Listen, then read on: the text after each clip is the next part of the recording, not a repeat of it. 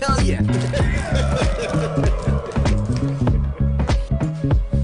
He's a tech-savvy guy, gonna show you the way.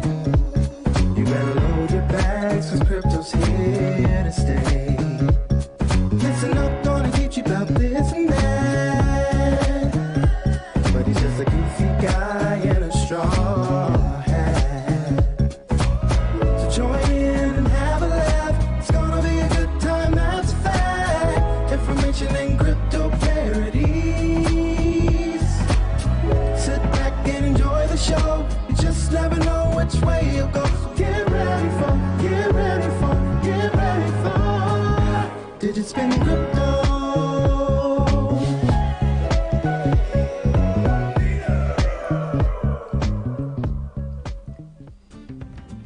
Hey guys! Welcome to Digitspin Crypto. I got a mouthful of M&Ms. These are the good ones. These have got fudge brownies. They're good. I got like brownies inside of them. Very, very tasty. Very cool. Very exciting. I gotta love a big bag like that. Now, hey, tonight's a Ask Me Anything. We're gonna chat. We'll talk about whatever you guys want to talk about. Bitcoin, Electroneum, SplinterLands, whatever. I don't care. Bring it on. I'll do my best. So we'll see how this turns out. Now, I'm just a goofy guy in a straw hat. I'm not a financial advisor. Don't pretend that I am. I'll start off with that, and we'll get that up and rocking and rolling. Oh, it's been a crazy week. Been a crazy week for me. Got a lot to do at the shop. Got a lot to do on Digitspin Crypto. Holidays. Got a lot of food to eat. I don't know about you, but I'm stuffed. But I could go for more turkey. That's for sure. I see Kevin's out there, Crypto Dog's out there. We have a dozen or so people already watching. Crypto Dog goes, "Hey, did you get anything for Black Friday?" I did not. I did not even go out today. Didn't even bother. I'm going to be honest with you. I opened up the shop, so I had a couple of the artists in house, and we were working today. So I actually had to go to work today and make a living. I ended up making a couple of videos. I think this is the third video for today. So I've been pumping out those videos. I did one on Bitcoin, one on SplinterLands, and of course we're doing the AMA today. So that's pretty cool. But so yeah, would I like to go? I was never a big Black Friday shopper. I'm gonna be honest with you. Not interested in fighting my way through the crowd or any of that stuff. I don't even know if they had crowds. I know usually they open up on Thursday on Thanksgiving. They didn't do that this year. They gave everybody some peace and quiet. But the stores. But I'm sure there were people out there shopping. Give me this stuff. I need.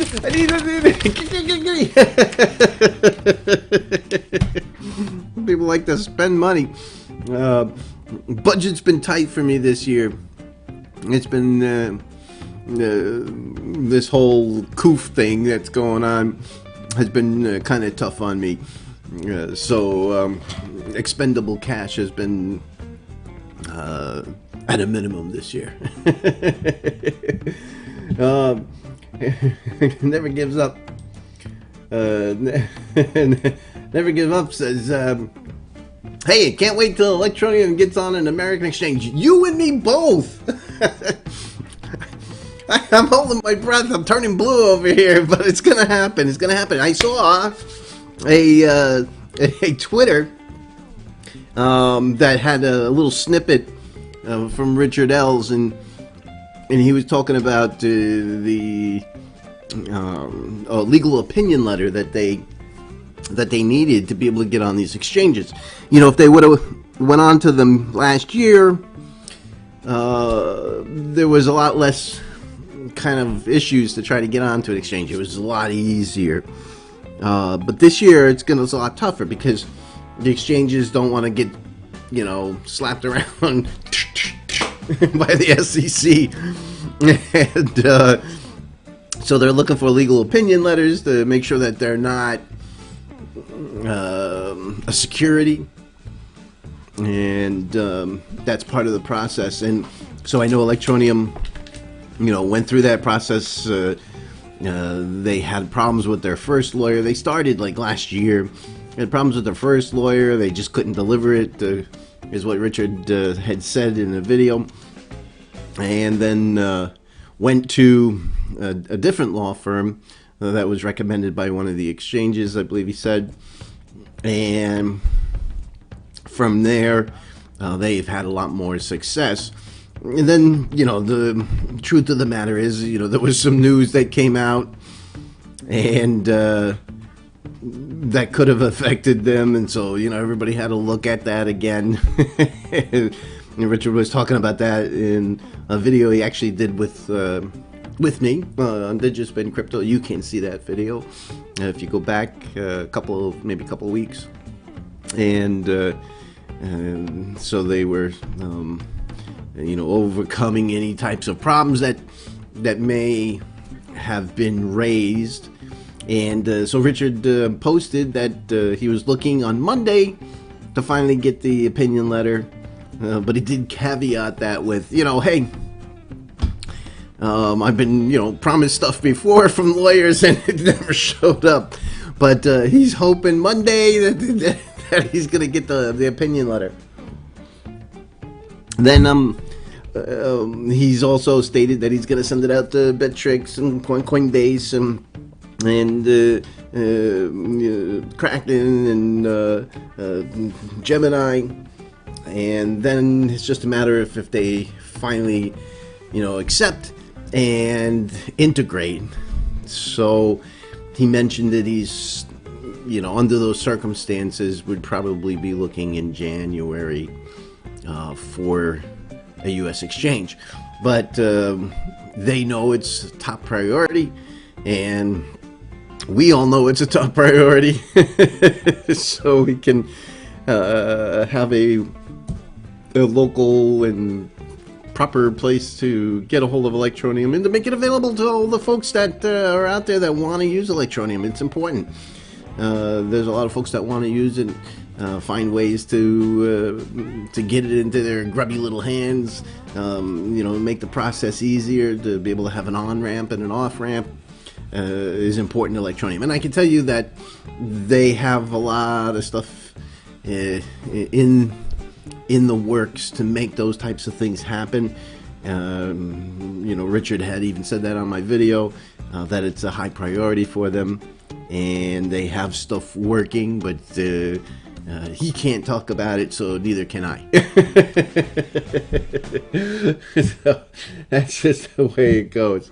Oh my gosh. Hey, Chris J's out there. He's saying, hey, hello, Dino. Let's see. Phoenix Rising. Phoenix Rising, I think, had a comment out there. What wallets for Electroneum do you prefer and why? You really don't have much choice, though. There are probably... let's take a look at what's available. You have, obviously, the Electroneum wallet at electroneum.com, which will tie into the app wallet that you can get from the Play Store and from Apple Store, you know, that type of thing. So they kind of go hand in hand. They function, they work, but you have to be KYC compliant to be able to use them. They're inside the KYC fence. It does give you some advantages like instant payments and you know, the ability to bring in the next type of wallet, which is a paper wallet. So you can generate a paper wallet from electroneum.com and you can send some coins to that address, and have it stored on a paper wallet. Once you access that paper wallet, from the Electroneum.com website, you want to throw that wallet away. So it's kind of like you can slowly put coins into it, but once you've accessed it to empty it, you never want to use it again, because the fact of the matter is that you're using a website to type in the private keys and spend keys and all that good stuff. And if that information is compromised and you try to reuse that wallet, you could lose your coins. You're gonna have a bad day. So look at paper wallets as a one-time use. Once you take something off of them, throw them out, take it all out, and throw out the wallet and start another one. Now, user-controlled wallets would be the CLI wallet and the GUI wallet, which you can keep right on your PC itself. And those wallets are very handy. The CLI wallet and the GUI wallet are very similar, except the GUI is just a lot easier to use. You don't have to type in commands and all that good stuff. The GUI wallet I'm a big fan of. Thanks to Andre, big thumbs up to Andre for making that happen.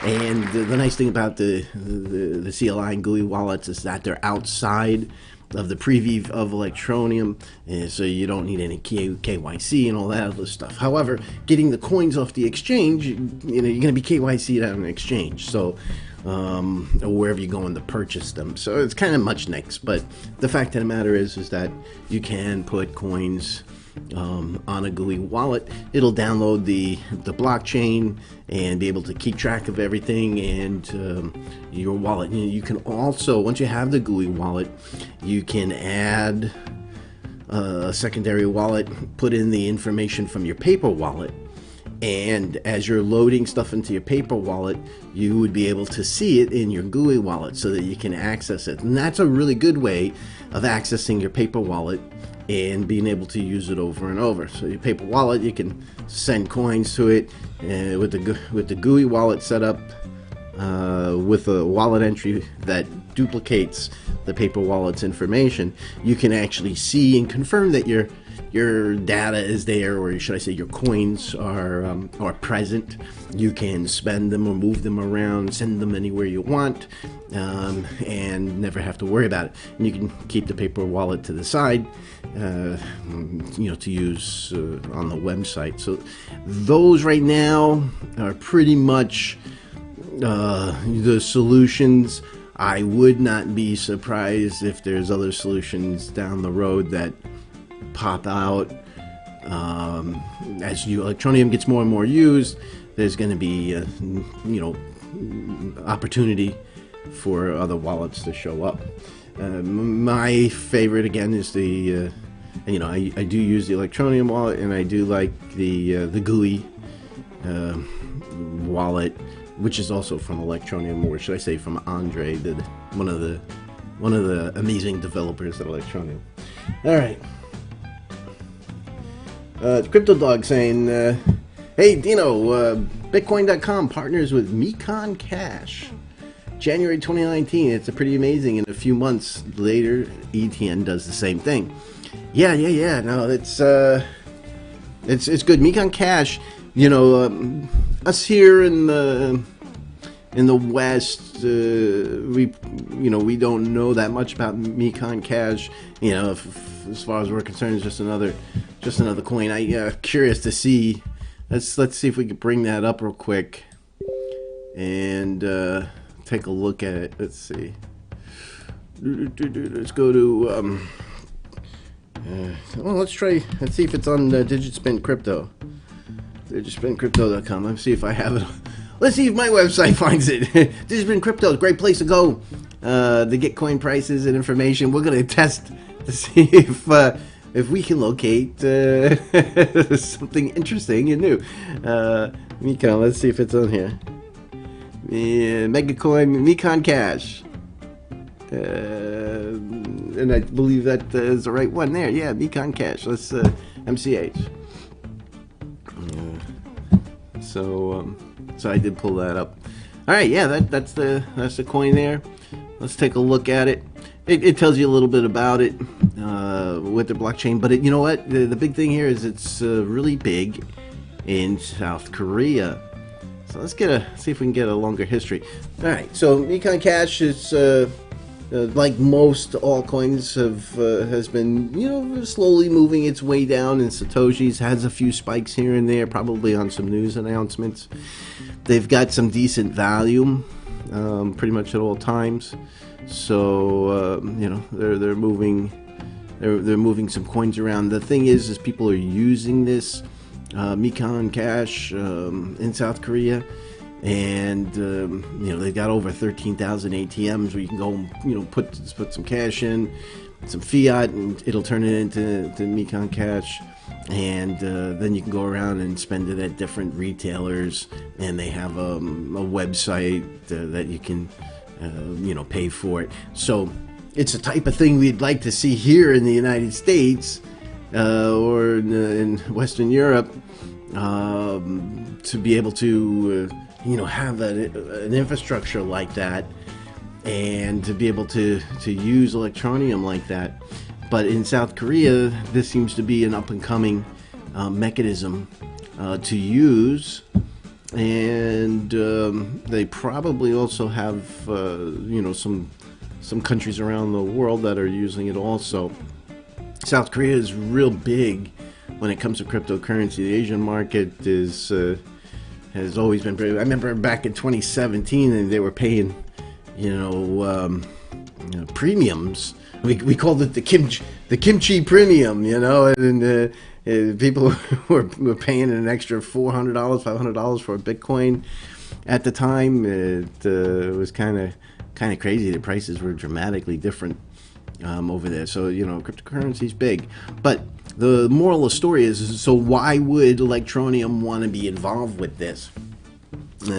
Well, it's going to introduce a whole lot of folks in South Korea and in the Asian market, where Electroneum, I'm going to be honest here, let's just call it like it is, has very little penetration as far as folks knowing about Electroneum. So this is a good first step, so that people start to hear about Electroneum. The second big reason why Mecon Cash was extremely excited about putting Electroneum into it was that you can go to any task, and with any task you can do some gigs, make a few extra Electroneum, and so you can work, get paid in Electroneum, send it to your Mecon Cash wallet, and the Mecon Cash will convert it directly into the Mecon Cash coin, and then you have value on your Mecon Cash there in South Korea, and or other countries that are using it, or it has become popular. So it's kind of a big thing. I'm gonna keep an eye on this particular project, see how they're doing, and see where they end up going. But I think it's a really good partnership. Hey, every partnership is great. Some is going to bring more value than others. Every partnership is great. The key is the more that each one of them end up using Electroneum, gets Electroneum put out into the heliosphere and onto the network, and it kind of locks it up when it's moving around. It's it's in this wallet, it's a little bit in this wallet, and this guy's saving up, and eventually they spend it. That's the whole point of having a mechanical coin that provides solutions. It's like a fuel for the environment. Basically, while it's out there and it gets to be used, is the end result. But in the meantime, it's locking up coins, and the more projects that interact with Electroneum, where they're being spent, and as they say, there's like a pipe, and you put the you fill it up with water. The water in the pipe is kind of locked in there until it reaches the other end. And I stole that from Matty Greenspan, but that was the exact words that he used, and it's exactly right. The more you have in the machine, the better off, and makes it more scarce. If someone becomes scarce, what happens then? All right, let's take a look here. Let's see. Look, let's see here. Next question. Phoenix saying, "Hey, will Electroneum actually get the letter Monday, or will it not happen?" Yeah, I don't know. Let me look at my bag of M&Ms and check out that answer. Could be in there. Nope, just found an orange one. That's all. I think that knowing Richard, I would tend to say that if Richard says something, he truly believes that it's supposed to happen. Okay? He's expecting it. Now, has he been let down by somebody outside of the company? All the time. Electroneum gets, foot stomped many times by forces outside of their company. And it's really tough because everything that they do interacts with other companies. It integrates. Now, when dealing with lawyers, anything could happen. Having said that, Richard seemed to be very clear that he helped them finalize the verbiage. He's read it over many, many, many times. I think he said 100 times. And he is expecting it on Monday. So we'll find out, I guess, by midweek if he got it on Monday. Hopefully, there'll be some kind of a, hey, we got our letter, and now we're going to do our applying to these exchanges. And hopefully we'll hear that next week. If I was a betting man, I would give it 75% odds that it'll happen.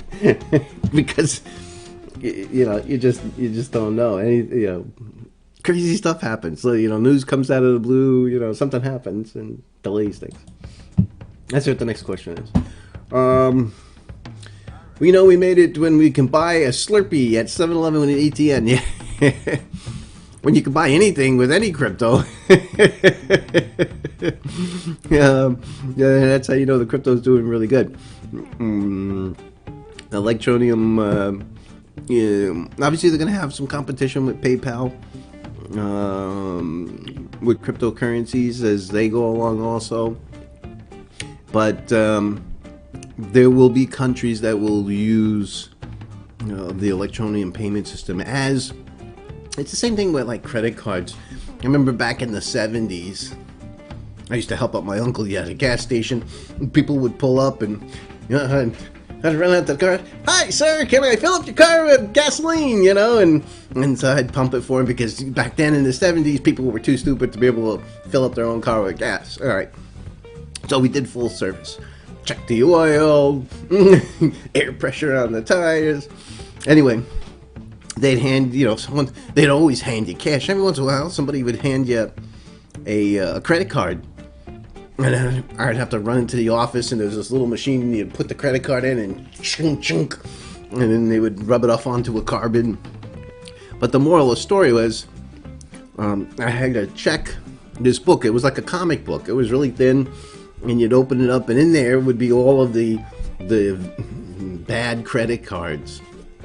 Ones that were repoed, or, there would be little symbols, to take the card, or to decline it, and that would happen often. But that's how little credit card use was.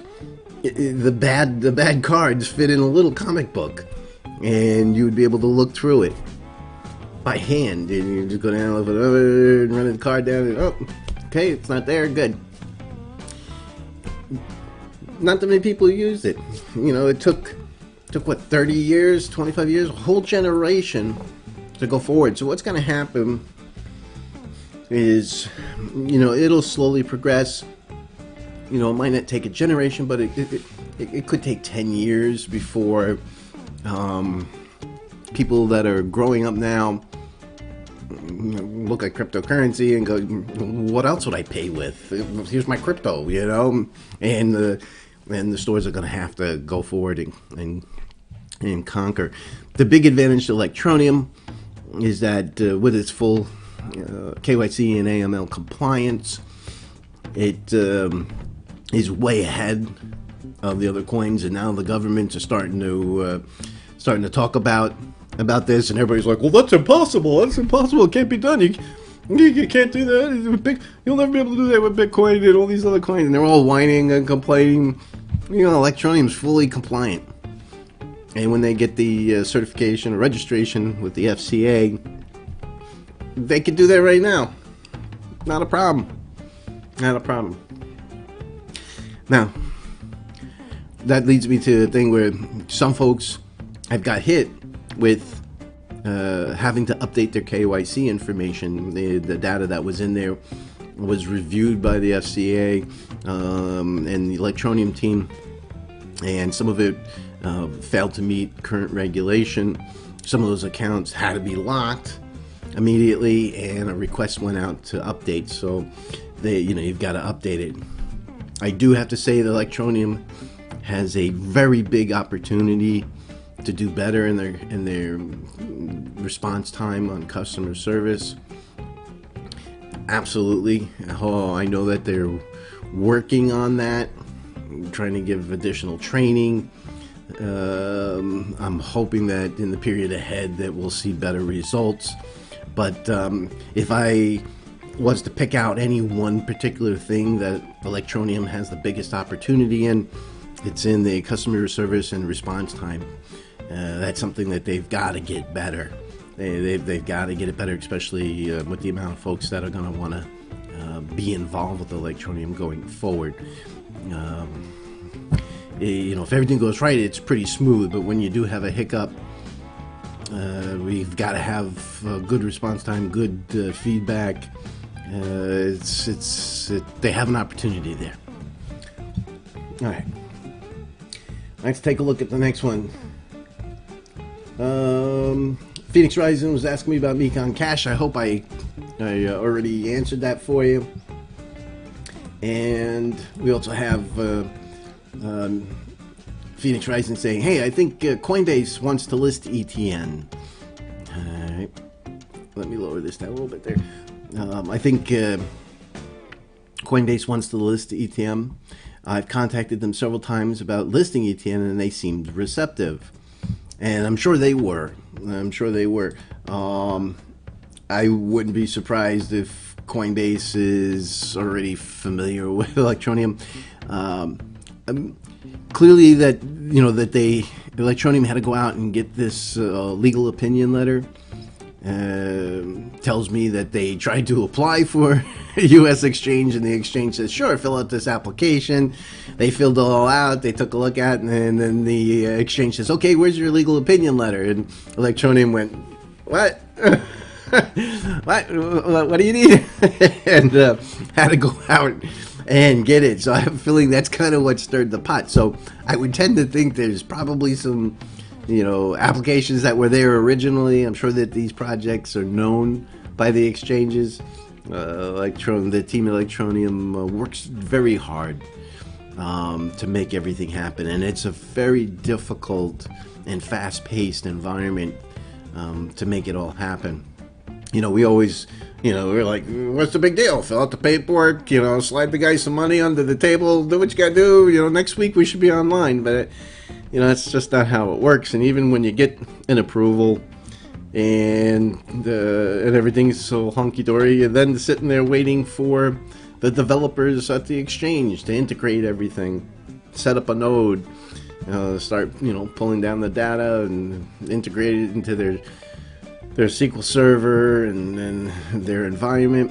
And God knows how long that takes. And as we know, some exchanges are far better at it than others. For example, you look at Trade Ogre. Those guys, whenever there's an update, Trade Ogre goes down for 24 hours, comes back up, and shit's done. Everything's ready to fly.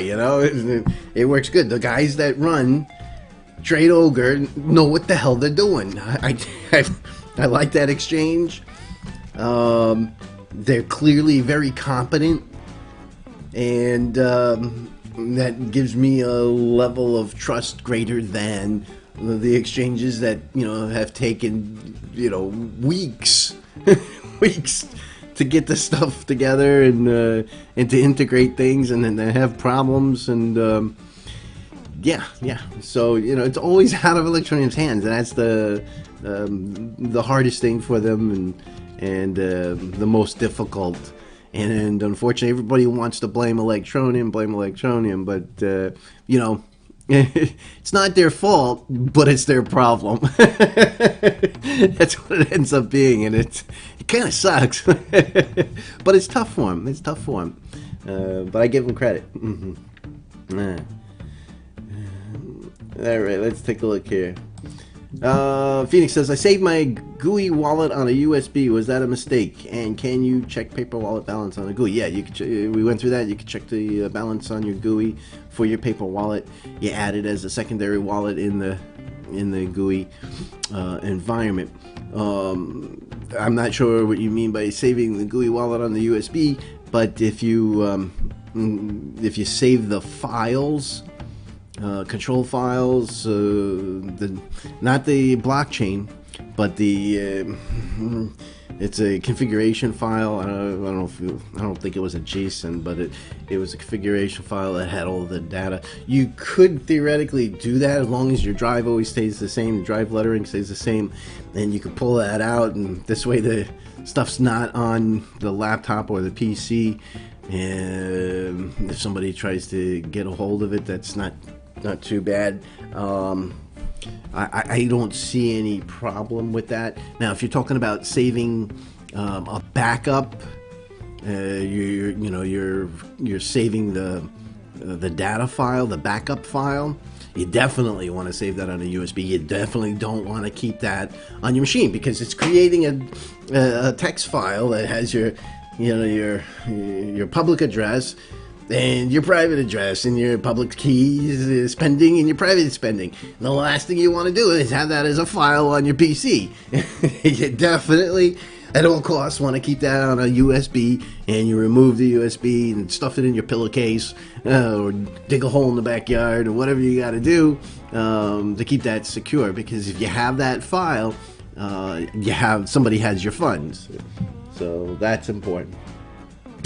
Gary Stephen Jones goes, "Hey Dino, you're a legend." Well, I appreciate that. We try hard to keep you guys entertained and bring some value to you. Appreciate everybody that spends time visiting the Digitspin channel. I do my best to make everything happen. Obviously, you want to like, comment, and subscribe. Obviously, you definitely want to subscribe, especially if you're into Electroneum and Splinterlands. I try to get out the most important news. You'll want to subscribe. You want to hit that notification. This way you can be alerted when information is released. It's always good, and get the updated news. So that would be important for you, absolutely. We appreciate the kind words. Crypto Dog saying, hey, if you're keeping it on a USB, always have a backup. So you have two USBs. Oh, you can also print the paper file. You can print it out, but not, you get to a piece of paper and keep that also. That's an option instead of keeping a second USB. But having a backup is important. Can't tell you how important, because those USBs can go bad, or unreadable sometimes. And it says, "Do you want to format it?" And you're like, "No, I just want my data. Where's my data? Where's my files? Where's my files? I need my files."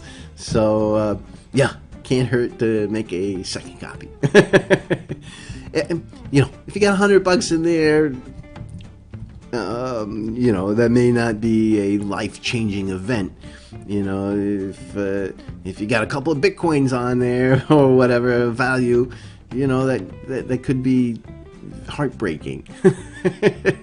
Heartbreaking is the nicest way I can say it. And you know, making sure that you have backups is important.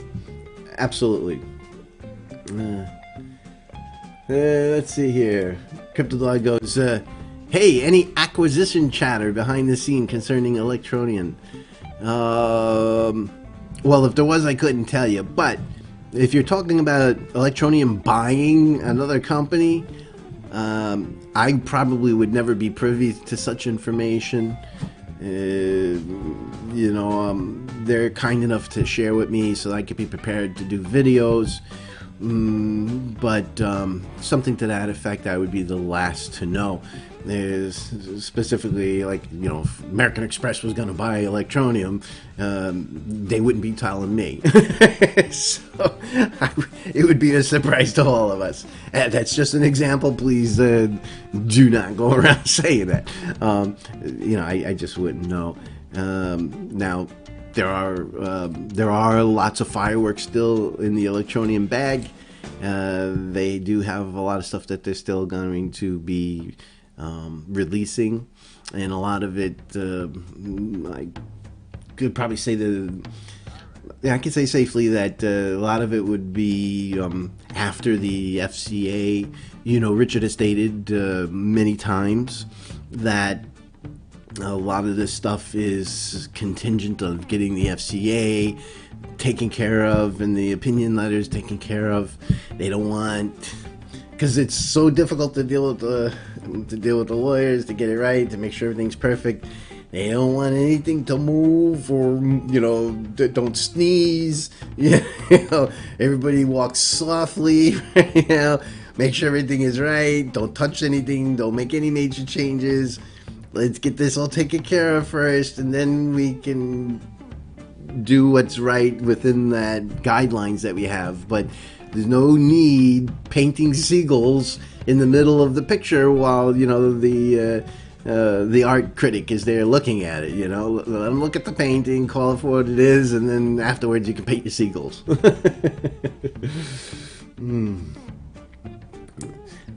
Now, that's a good question. Let's see, Gary saying, hey, when's the Nano Ledger? When is it? When's the Nano Ledger? Them pesky kids. Yeah, that was completed, what, in March? Sent in, probably beginning of the year, and then sent into Ledger. As we know, the world stopped. I lost this year myself. Not only time-wise did the year go whipping past. Financially, I lost the year, and not only did I lose the year, I'm actually went backwards. You know, it's been a difficult year. A lot of the larger companies, I have noticed, have taken it in the shorts. Not every one of them have done very well, and their business operations have taken it in the shorts. So what I've been able to gather and what Electroneum has stated is that it's there. It's in the queue. They were planning to have it by this year. Now they're looking at next quarter or first quarter or something like that, hopefully, to see some feedback from Ledger. It would be nice. Now keep in mind, the Electroneum coin will not work on Ledger Live. A lot of people use Ledger, they open up Ledger Live, and, you know, your coins are there. You can see, you can transfer it, sign it with the sign the transaction with the, you know, click of a button. And that's not how it's going to work with Electroneum. Electroneum based on Monero, and just like Monero is not on Ledger Live, and there are reasons for that. Having said that, the Ledger device will work with the GUI wallet. So going back to the question that was given to me before, yes, the GUI wallet is a good thing to have, and you can use the Ledger to be able to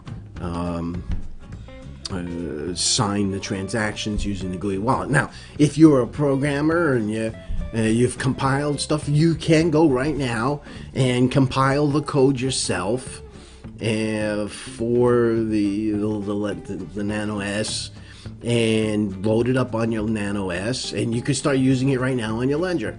Absolutely, not a problem. The code's out there, and you can go do it. What Ledger does is that they review the code, take a look at it, make sure there's nothing funny going on, and they put their little seal of approval on the ledger and the ledger program, and they then compile it and make it an install on the Ledger Live system, so you can download the pre-compiled code and right into your ledger, and it's ready to fly. And under normal circumstances, I would have compiled it myself, but I do not have any systems in place to do that, and I don't have the probably 3 or 4 hours that would be required for me to set everything up and get it all ready and compile it. It's just not a priority for me right now. But there are folks out there that can and will and probably have done that. All right. Okay, let's see here. Pogsy random. Mecon Cash has over 2,000. It's ranked over 2,000 in the CMC ranking. How could that be a good partnership? Are the thousands of ATM machines legitimately verified? Any Koreans here? Hey. Yes, I have talked to folks in South Korea. Mecon Cash is popular there. Yeah, obviously it is a startup. It's not Bitcoin. And it's a company that's trying to move things forward. And like I said, every interaction Electroneum has is good for Electroneum. Folks are going to want to use AnyTask.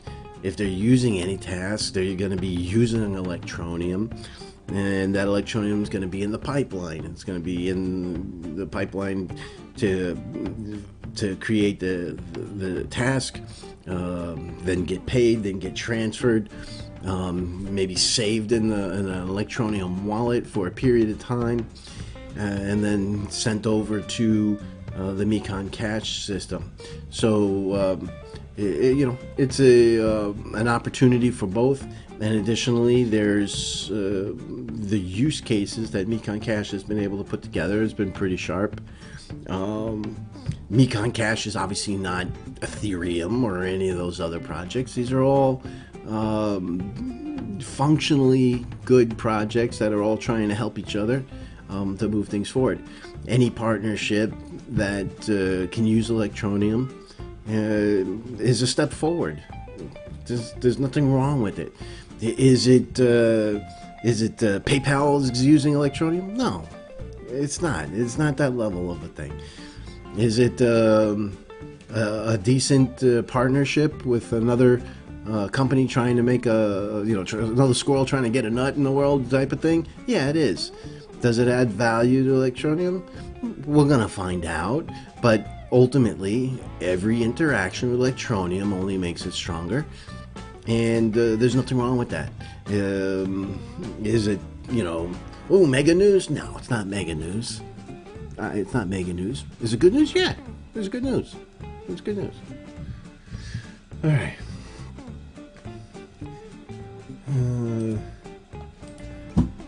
Yeah, let's see here. Phoenix is saying, hey, Ledger is frustrating. Electroneum will never be on Ledger Live, but eventually you might be able to connect the GUI wallet to Ledger. Yeah, you can do that now. Like I was saying, the GUI wallet works directly with the Ledger device. Let's see here. In SplinterLands, do you league reach? I would assume you mean the league reach. I'm not sure about the question there, David. Roach. Now, there's. I'm not sure if you're talking about the reachability. I'm not sure if you're talking about doing a championship or a contest. Maybe you can rephrase the question so I can understand it a little bit better. What he's talking about, SplinterLands, it happens to be a game that that accepts Electroneum. They've added Electroneum recently, and so you can use Electroneum to pay for cards or to get credits in the game. And what they talk about in here is that they have these events where you can go into tournaments, and I'm not sure if he's talking about that as a league. The other thing is that there are cards that have a reach ability, so which would be like this card here above my hat, and with the reach ability, it allows you to be in a second place. So SplinterLands is a cool game. It's sort of like playing chess, and putting the right cards in the right place can make a big difference in their positioning as they interact with each other to come up with a winner of the battle, which is a lot of fun. And when they add land, it's gonna be a whole different thing. You'll be able to farm and be a landlord and rent out properties and make passive income. The whole key of SplinterLands. See here, when we want to buy credits, you can use PayPal. You can go in here. You can use PayPal or you can use crypto.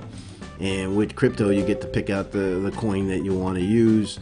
And you might throw Electroneum here. You might buy $20 worth of credits, which is $20 worth of Electroneum, and then you scan it with your phone and bloop, send the payment over, and you get paid.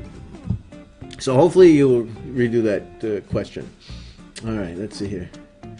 Here's another David. David saying, I have a plot in Splinterlands. My ultimate league is... Oh, he's talking about... all right. In the leagues, here are the leagues. So as you have more cards, you move up in different leagues. So if you take a look, basically when you first start off, you're in the novice league. And this gets you kind of started. You can use the initial 35 cards. If you use my affiliate link, you get an extra card. You got 36 cards, and you can battle others that are in that league. As your cards increase and they have more value, not in numerics but in punching power, it allows you to move up. And you also have to be able to battle and win and gain so many credit or value, or your status gets shown. For example, if I go into the guild here and I take a look at the Digitspin Chickens Guild, you get a rating. So some of the guys, like Bandagi here, he's got a rating of 4242. He's one of the top 200 players in the world, playing Splinterlands in just under 3 months or 2 months. Poor me, down here, I only have 2,305 rating, but that allows me to be into a different league. And the reason why you want these leagues is so that you can interact with folks at the same level. If you're starting off, the last thing you want to do is be paired up with somebody that's got $10,000 worth of cards, been playing for 2 years, and has a high credit value, and stomp you all the time. You get stomped all the time. What fun is...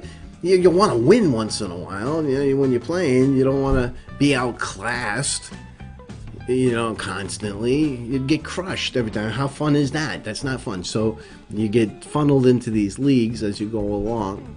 So I've made it up to the gold league. So I'm working my way up currently. And which is nice. I start off at gold 3. I'm in gold 2, and I'll work up to gold 1. So he's also saying here, he goes, I don't have enough money to buy others. What do you recommend? So your process is going to be of a slower process as you go along. You're only going to be able to go as far as your skill and your card levels will allow, so that it keeps you in that league. And so ultimately what you want to do is you want to make sure you watch. I do SplinterLands videos, gaming. I do live gaming, and every live gaming show I give away a deck of 5 cards. Additionally, you can challenge me live, and you do a challenge here. You pick out challenge, and you'll invite somebody. You'll put in Digitspin when I'm live, and then you change the limits. You know, move it down to a level that you're at or below. So if you're at bronze, you know, we could do novice or bronze. And then this way it limits my cards. If you give me unlimited, I can do anything I want and stomp you. But if you go here to novice and bronze, it'll limit, it caps my cards off, doesn't let them go further than that level allows, that league allows. And this way we're kind of on the same field. And if you beat me, I give out cards, and they're not super fantastic cards, but they're good cards, and it's another card. Additionally, SplinterLands on their Telegram, and if you go to the Digitspin Crypto Telegram channel, you'll see the link down below. Every once in a while, we got it set up now so that we can do a rainstorm of the dark energy crystals, so you can get some dark energy crystals. SplinterLands does the same thing, so you can earn. I've earned about 700 dark energy crystals, and you can use those to pay for packs and buy more cards. And SplinterLands has contests also on their Twitch channel. Well, that you know, are random and what have you. They have a marbles game and what have you, and you can win a card, and it's going to be a slow build-up process. It's just the way it is. The same with me. I don't have unlimited money. You know, I don't have unlimited funds. I just can't go buy every card that I want, and so, you know, I've got to slowly build it up, or, you know, save up for that card, or work my way up with winning dark energy crystals to get enough to buy a pack. So that's just how it is. That's part of the process. That's what it's all about. All right. Let's see here. Phoenix is saying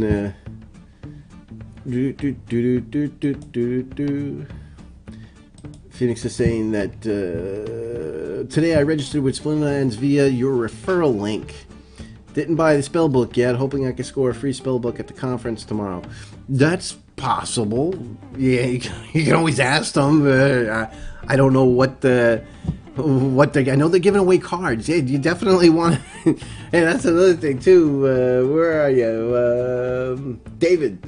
There's a link down below. They're doing, SplinterLands has DYGYcon tomorrow. Tomorrow at 12 o'clock Eastern Standard Time, New York time. And they're going to have free, you know, they're going to give away packs of cards, and there'll be other stuff that they're going to have giveaways.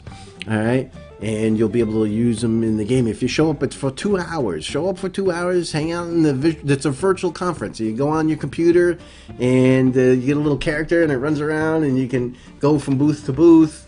Electroneum will be there, and SplinterLands, I have a booth there, so you can come say hello to me. And the fact of the matter is that there'll be giveaways, so you want to keep your eyes open for the giveaways. That's where you're going to get some cards and give you the edge up over your opponents in your league. I don't know if they're going to have spellbooks at the conference. If they do, you know, that's a $10. They charge or have an entry of $10, and the reason is that they're giving away 35 cards. With my link, you get 36. All right, they're giving those cards. They have a value now. And you have an opportunity to get all sorts of different types of cards. You could even get, you know, legendaries or what have you. It's random. And the problem lies is that if they just let anybody go in, create an account, and they gave them the cards, what would happen is robots would go right into the website, and they would be just generating cards and using up all of the setup cards, and then they have value. All right, so you just can't let robots go in there and do that. So they made it $10 to buy the spell book to put your cards in, and you need that, and that basically keeps the robots out, because they're not going to spend $10 to do that. It's just not going to happen. So and it seems to be very successful, and I tend to agree it's worthwhile to do. All right. So Phoenix is saying, what's the land auction, and is there time left? Yeah, you have a few hours left, and what you're going to want to do is go into the shop, and in the shop you'll see the land. Now there's 13 hours left. What you're doing is buying a lottery ticket. They tried to do it, first come first serve, gets in there and places the order, gets the goodies. The problem is it's like a free-for-all, and the servers went down, and it was a mess. So what they're allowing you to do is buy a lottery ticket. Now the chances are they're going to probably sell out even the land pre-sale too. You still get a 40% discount. It's just going to save you a lot of money if you can get a hold of some land. But you're buying a lottery ticket, and then what's going to happen is tomorrow at 12 o'clock, or 11 o'clock, it's going to the Hive blockchain is going to do a random pull, and if you win, you'll get the plots that you asked for. Now I put it in a lottery for 10. You can see here I got 10 plots. So instead of spending $20 a plot, I got them 40% off, so I paid $12. So instead of $200, it was $120 to get 10 plots. Now, this here is an upgrade to the game, and what they're doing, this is basically the Kickstarter for Splinterlands. And basically what's happening here is that they have this great idea, they discussed it, they've had some concepts of how it's going to go together, and what they're trying to do is create whole nother direction, or should I say ability to the game. So right now you get these cards, you can battle, you can enter tournaments, or you could just hold on to the cards and hopefully they go up in value as they become more scarce.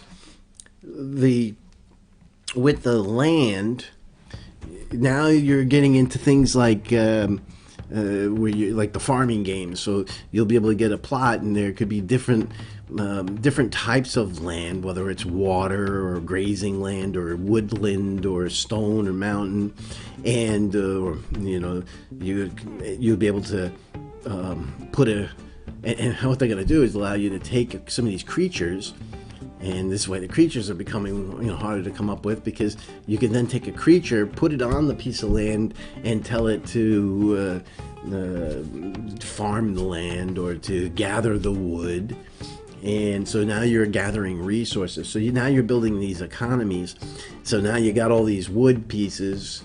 So somebody's now got to be able to you turn them into planks. So maybe you got to build a sawmill on there, and so you got to have so much stones. And now you got to go find somebody who has stone, maybe trade them for some wood, because you can get the stone, you can put the stone down because you need 20 stones and 30 pieces of wood to build this little tiny sawmill. And once you have the sawmill, now you can put wood through it, and it makes planks. Now the planks are worth more.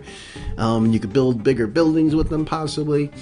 There's all sorts of stuff like that. And so now you're building economies, and so now the game isn't just battling creatures, but you have these creatures to be able to gather resources and turn them into things. And the ultimate goal is that you'll be able to actually create spells and all the other things that you'll be able to sell ultimately to other players, because they can use them in the battling. So you can throw a spell in, and activate it at the right time or what have you, to make it happen, to give you the edge over your opponent. So people are going to be looking for those things.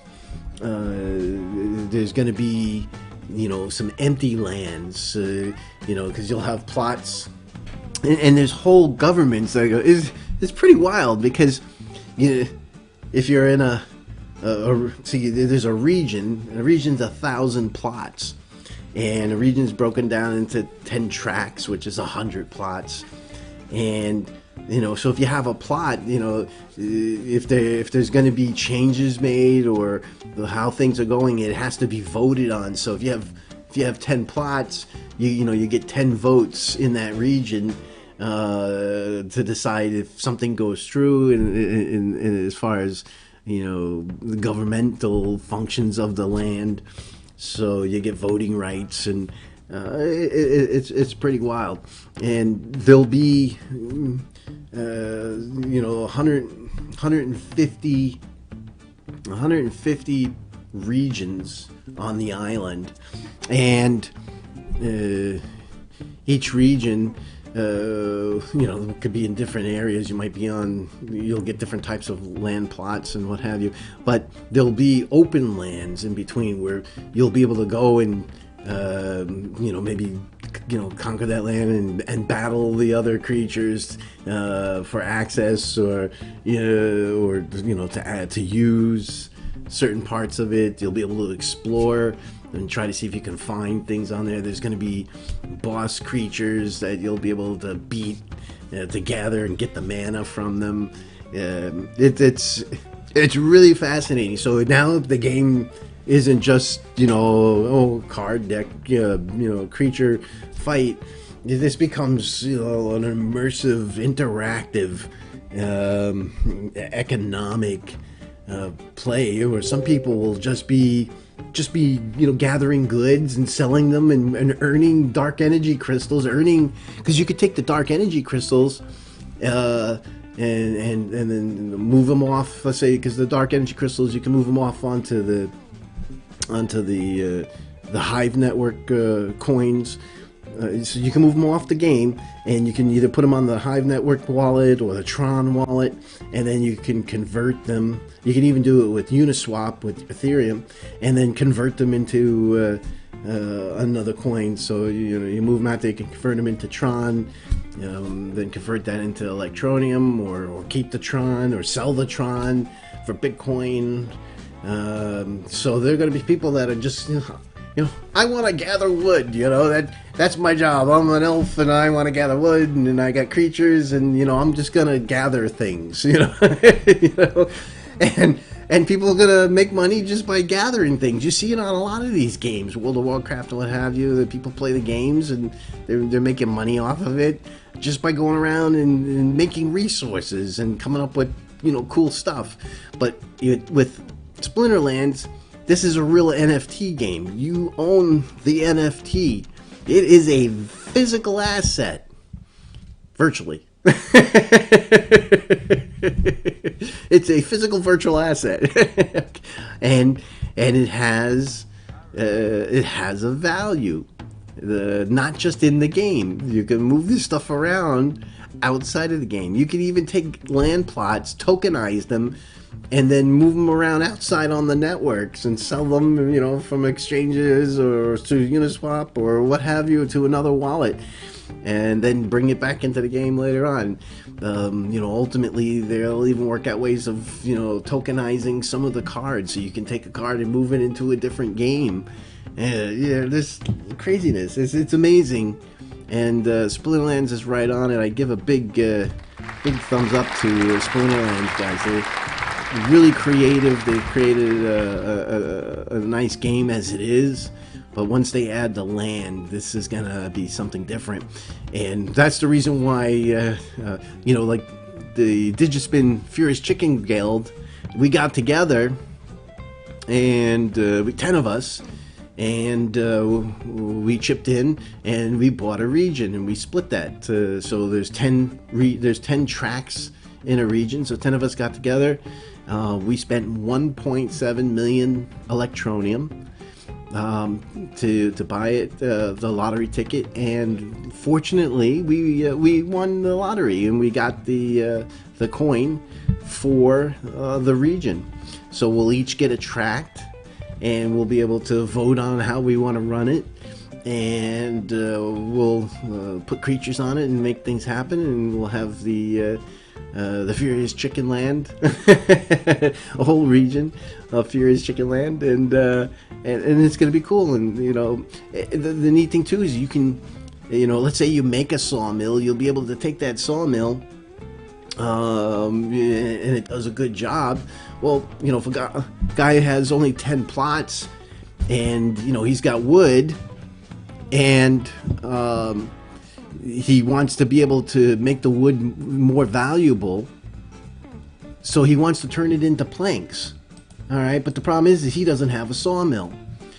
All right, so what does he do? Does he sell the wood as it is? No. What he can do is that he can rent a plot. So I can put, if you know, I have a plot with it, I can build a sawmill on it, and then I can put it out on Peak Monsters and say, hey, I have this plot with a large sawmill, and so the guy will come up and he says, oh, I want to rent that, you know, for $2 or whatever. He rents it for a couple of days and processes all his wood, and now he has planks that are worth, you know, maybe 5 times more. So he spent $2, but he's gonna earn maybe, you know, maybe $10 more when he goes to sell his wood. So whatever the case may be. But so now you can be a landlord, a physically virtual landlord, where you can, you know, rent out plots of land or buildings on a plot and make some money doing that. Then you're gonna have to manage all this stuff, no doubt about it. But you know, the possibilities are there. And it's pretty cool. And the big bonus is that, you know, by acting early, you get these discounts. You know, these plots of land that by next year they're going to be in action. You know, they're going to release them probably second quarter. They'll start to release all the stuff. Now they've already started to release some of the goodies that you get with the land. Like we get the token, we get the title, but the land itself, we won't be able to get our paws on until probably March, April, somewhere in there. But you know, we'll get to see the map, and you know, things will pop up on as they start to release it as they go along. But by the time, you know, that get released, by this time next year, you know, if you want land, you're going to be paying $20. You're going to be paying $20 a plot. You're going to be paying the retail price. There's no way around that, because that's just, you know, how it's going to come out if you want to buy a plot. So, and you know, the plot could be a basic plot, or it could be you know, it could be wood, and then there's levels. You could have, you know, one that's, you know, plentiful, and you could have one that's bountiful, and then you could have one that's overflowing, where it could be generating, you know, 3 times as much wood as the other card. So that one there is going to be more valuable piece of land than just a regular lots or plots. So it's going to be fascinating. Very excited about it, and very glad that I was able to get a discounted price. I know I'll be ahead of the game next year when they come out and they do it. So Crypto Dog saying, yep, that land sale is just a few hours left. You can buy a plot for $12 and a track. Track is 1,000. Yeah, I think it is 1,000. You do get a discount with a track, but I thought it was, yeah, it would be normally $1,200, so I guess it would be $1,000 USD. And then a region is $9,000 or something like that to get a region, which is 1,000 plots. That's a lot of investment, but it, you know, could be one of the best investments you make. All right. Let's see here.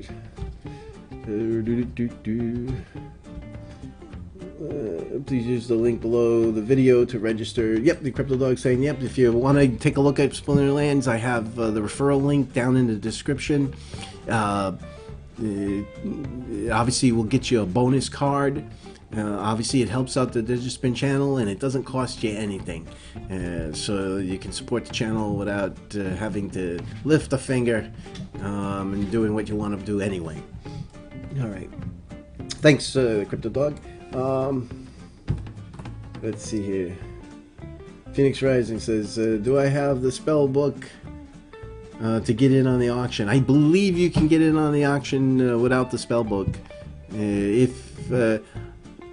heard a rumor that if you start buying cards or whatever, I'm not sure if you can buy cards without a spell book, but I heard a rumor that if somebody sends you cards, it gives you a spell book or something. I don't know. Maybe I'm making this all up. I don't know what I'm talking about. Let's see. So Michael's saying, if Electroneum plans to release commercials in the USA next year, I would think they would want to be on a USA exchange before they are aired. It would be useless, in my opinion, to have commercials without a way to buy it. I think that Electroneum has thought about that. I think that here's the thing: it takes such a long time to schedule ads out in advance, and the fact that they're doing them next year kind of tells you that. Kind of fits the other statement that Richard says, that January he's looking to get the exchanges online if he's lucky, if everything goes well in the US. So it kind of tells me that they used best known information to try to schedule this to work that way. Now, as you know, things change and anything could happen, so one may happen before the other, but it sounds to me that they're trying to make that happen. That's my opinion only, and because it does make sense, and the guys there at Electroneum are real smart. They know what they're doing, and I have a feeling that that's going to be a goal for them. Now, could the commercial run and then 2 weeks later the exchange comes? It's possible, but let's see what happens. Let's see what happens. I think it's a viable comment. Crypto Junkie says, hey Dino, I see the 30,000 plots are up for sale. Do you know how many plots versus lottery tickets are already sold? So there was the land pre-sale stage 1. So let's take a look here. A couple of weeks ago, they sold 30,000 plots, and the fact of the matter is that those 30,000 plots sold in about 22 seconds. Okay, so that first 30,000 are already gone, and the folks that were lucky enough, the regions, there was 27 regions that were sold via lottery, and there were 3 regions that were broken up as plots and tracks, and those sold out in under 22 seconds. So stage 2, because the thing is that there were 52 lottery tickets for regions in stage 1. So the people that didn't win in stage 1 get a first dibs in stage 2 for the regions. So stage 2, so we're gonna, you got 27, you got 52, 37, 47, that's 21. So 21 or 21 regions are gonna sell out relatively quickly in stage 2, and then the other 7 regions will be broken up into plots and tracks, or somebody puts in a region claim, or buys a lottery ticket for a region here, then that'll be the lottery. So there'll be 7 regions that will go to lottery. Now, if you happen to buy a region claim and your lottery ticket's picked through the blockchain, then you're going to get that region. Most of the people, I'm sure, are going to be in the track and plot, but those thousands of plots will, be picked and it'll be carved up.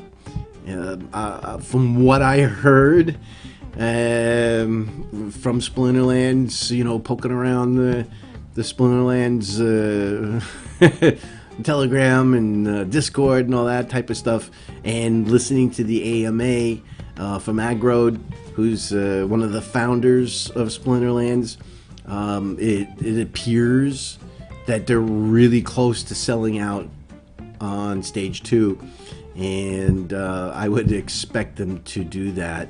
I would be very, very surprised if they don't sell out stage 2.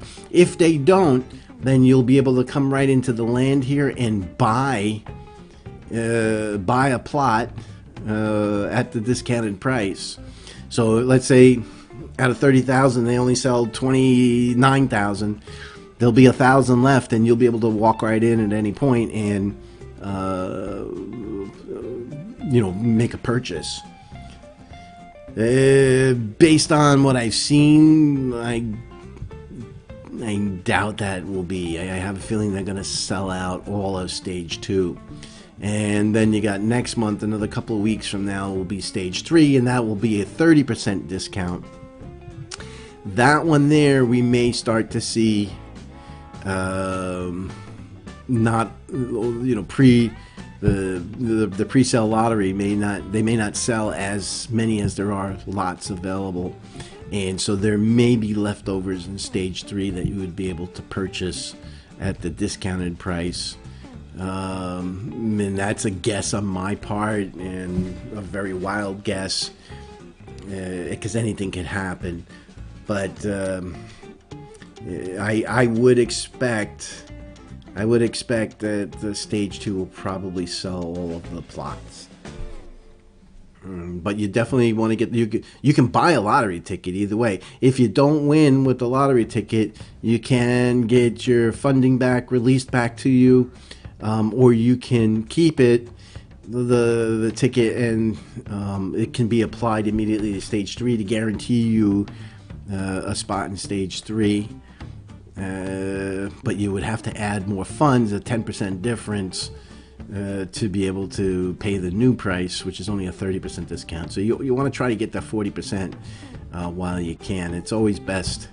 And if you want to get, at $12 a piece, I don't know, maybe you have, you might want to get a couple of plots, even if you get 2 or 3, just to have it if you're wanting to give it a whirl, or to see how it turns out. It's worth a try. So what else we got here? We got Empires out there. Empire seems to love Electroneum. So Electroneum! Game changer! Somebody says they love Electroneum, and the angels come out to sing. I love when that happens. You guys crack me up. Alright, so let's take a look at the next question here. Phoenix is saying, hey, but if I buy 2 lottery tickets and I lose, what happens to the money? So, like I said, the money's not lost. You can leave it in place for stage 3 to guarantee you for stage 3, or you can get a refund for it. Let's see. Crypto Junkie says, thanks for the explanation, Dino. I was getting confused with the total entries, plots. Thought there was only 4,167 sold over the 30,000. No. So these are entries. These are lottery ticket entries.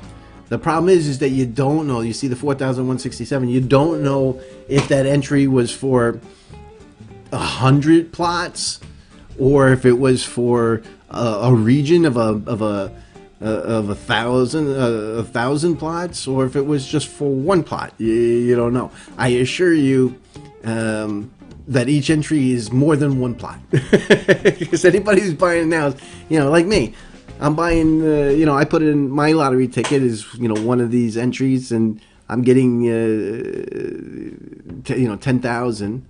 I mean, 10 plots on my lottery ticket. So, you know, what are you gonna say? So, you know, those are entries for plots. So we'll see what happens. We'll see where they go with it.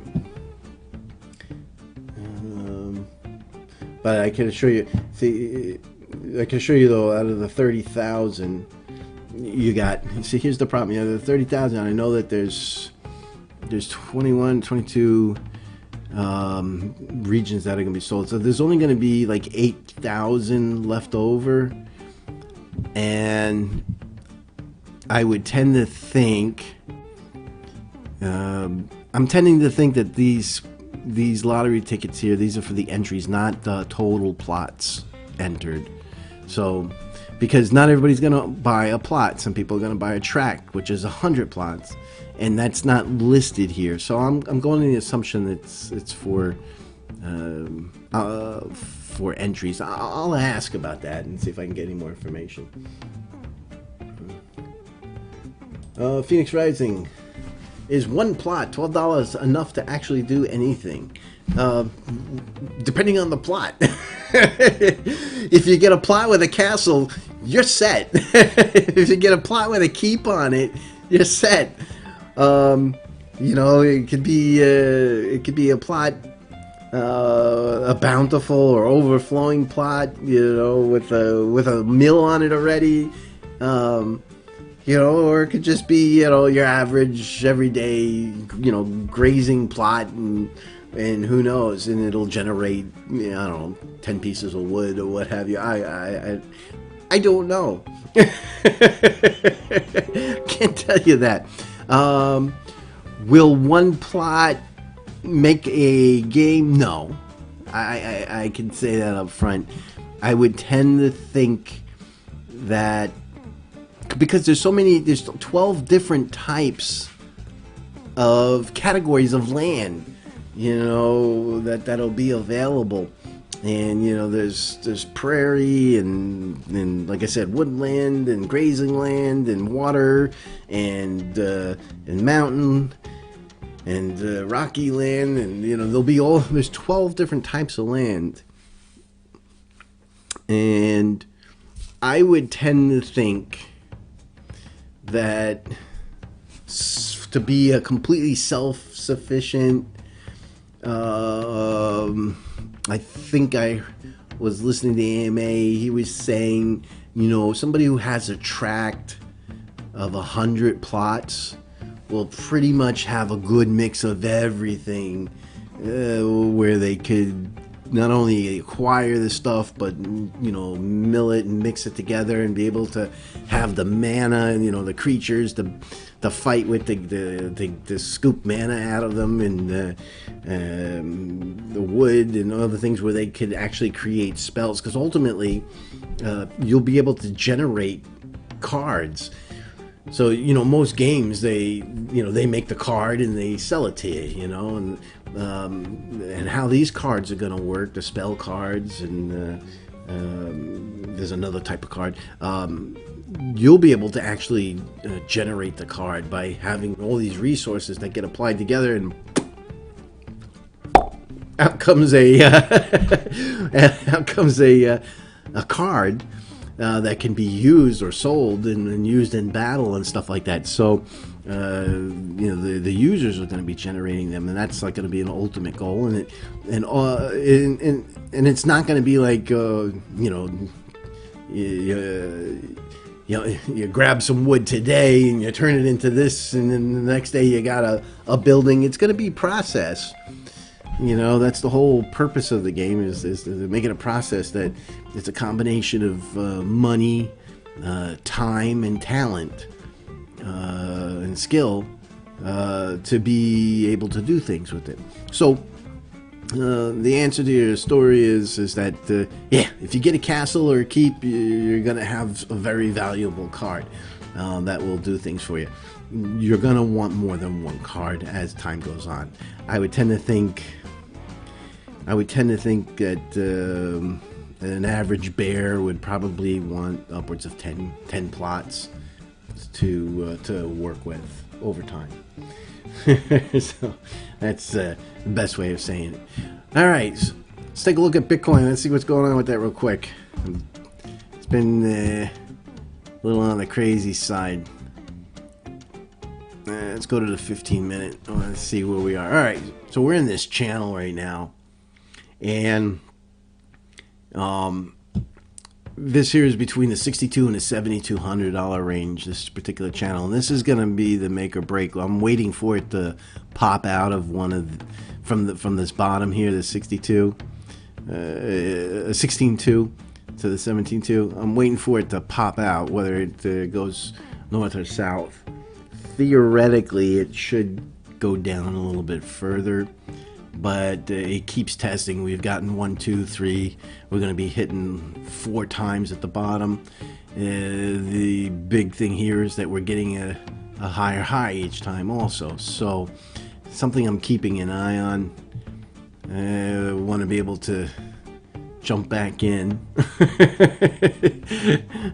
and try to ride the wave. I'm just, here's the thing, I was looking up here, and as it started to fall, I was looking at my charting, and I was like, I'm jumping out, and I'm glad I did. And it fell all the way down here, and so I've been keeping an eye on the hour. If we look at the hour, we're still got more room to drop, and we're nowhere near it. We've probably got another day or two before the average comes down close enough where it could then turn into support. But right now, it's serious resistance. And the thing that got me too is on the daily. It's been turned basically into a downward trend. And so we could see, if you're looking at 20 to 40%, if we just shy of 20 grand, you could be anywhere from what, $4,000 to $8,000 drop. So you could be anywhere from 11 to 15,000 when all is said and done. On this drop, it's possible, and we're really close to that $15,000 mark. I think that's probable, and that's really where I'm going to keep my eyes currently. But you can see here the MACD, everything is in a negative trend, especially on the MACD, and it hasn't found its upward momentum yet. So even though it's slowing down, we'll have to see. I'm not sure this is going to be the landing spot, but I'm gonna keep an eye on it, and if things jump up, I'm gonna take it and see where it goes. All right, let's see if we got any more questions out there. All right, I think we got a lot answered. I've been chatting for quite a while. I appreciate all you guys hanging out with me tonight. You've been awesome. You've asked me some tough questions. I've had a lot of fun. I hope I've answered as much as I could for you. I always have a good time when you guys jump in and ask me these random stuff so I can give you my thoughts. And what's even more fun is that you appreciate me saying such. So I will see you next time. Make sure you subscribe. That's important, especially if you're in Splinterlands and Electroneum. You're going to want to know all the good stuff that's coming out. I will see you again next time.